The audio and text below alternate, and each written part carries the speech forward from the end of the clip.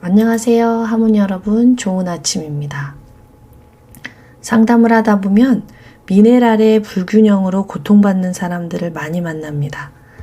미네랄은 생명체를 구성하는 원소 가운데 탄소, 수소, 산소, 질소 등을 제외한 나머지, 즉 나트륨, 칼슘, 칼륨, 인, 마그네슘, 철분, 아연, 셀레늄, 요오드, 구리, 망간 등등을 말한답니다.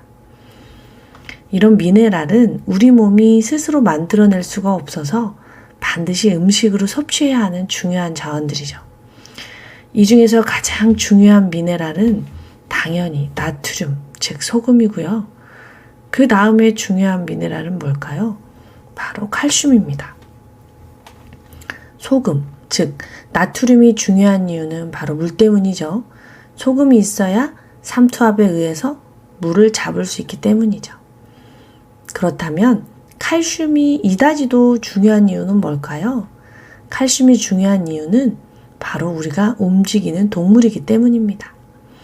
우리가 움직일 수 있는 이유는 근육이 있기 때문인데요. 근육이 움직인다는 말은 근육이 수축과 이완을 한다라고 풀어서 말할 수 있습니다. 바로 근육이 수축을 할 때 칼슘이 필요하기 때문이죠.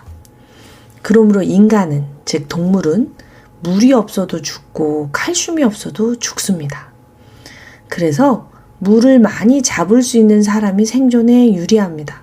즉 근육과 결합 조직이 많은 사람이 건강하다는 거죠. 그리고 칼슘을 많이 보유하고 있는 사람이 생존에 유리합니다. 즉 뼈가 튼튼한 사람들이죠. 그런데 상담을 해보면 칼슘의 균형이 맞지 않아서 고통받는 사람들을 많이 만납니다.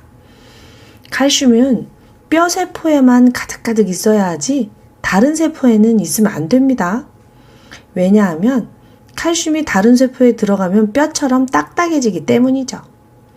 칼슘은 세포를 자극해서 수축을 하게 하고는 다시 세포 밖으로 빠져나와야 합니다.